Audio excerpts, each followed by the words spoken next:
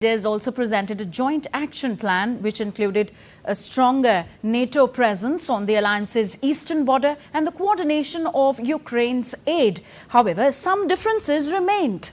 While Tusk has been a vocal proponent of common EU financing of defence projects, Scholz has said that the bloc should not be involved in financing national defence budgets. And for more on this, we are joined by DW's Thomas Sparrow from Berlin. Hi, Thomas. Have these talks opened a more cooperative chapter in relations between Germany and Poland?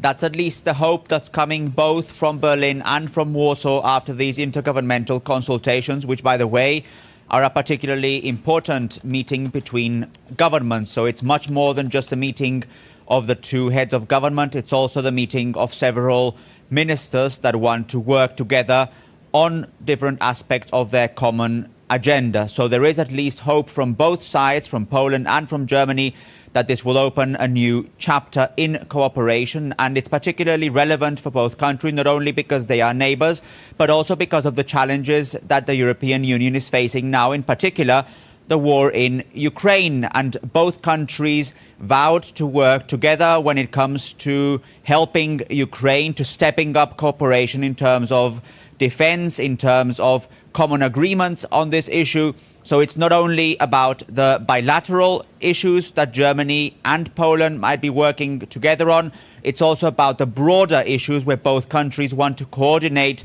their positions when it comes then to discussing decisions or discussions on the European level in Brussels, or when it also comes to obviously working together towards supporting Ukraine.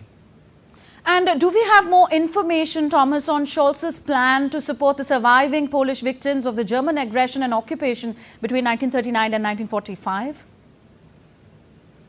This whole issue of reparations has actually been a stumbling block of the relationship in the past, of the bilateral relationship in the past. It has been one of the most controversial and one of the most difficult issues between the governments of those two countries. And in this particular case, the discussion between both leaders, but also more broadly between both governments, was not necessarily specifically on overall war reparations, but maybe on compensating some of the surviving victims of the Nazi regime in Poland, and also looking for, and I'm quoting here, more creative ways to help in this issue. For example, by sponsoring a German-Polish house here in Germany that will look at those bilateral issues, or also looking at other ways in which both countries could work together. Now, there has been criticism specifically coming from Poland's opposition that the German Chancellor was not more concrete in the government's proposals, but at least from the Polish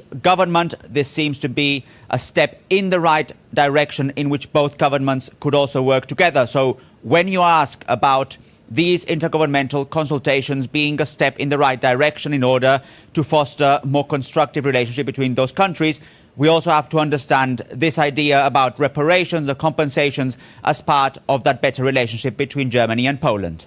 Okay. Thank you, Thomas. Thomas Sparrow joining us from DW, Berlin. Still to come on DD India Global. India hosts a global summit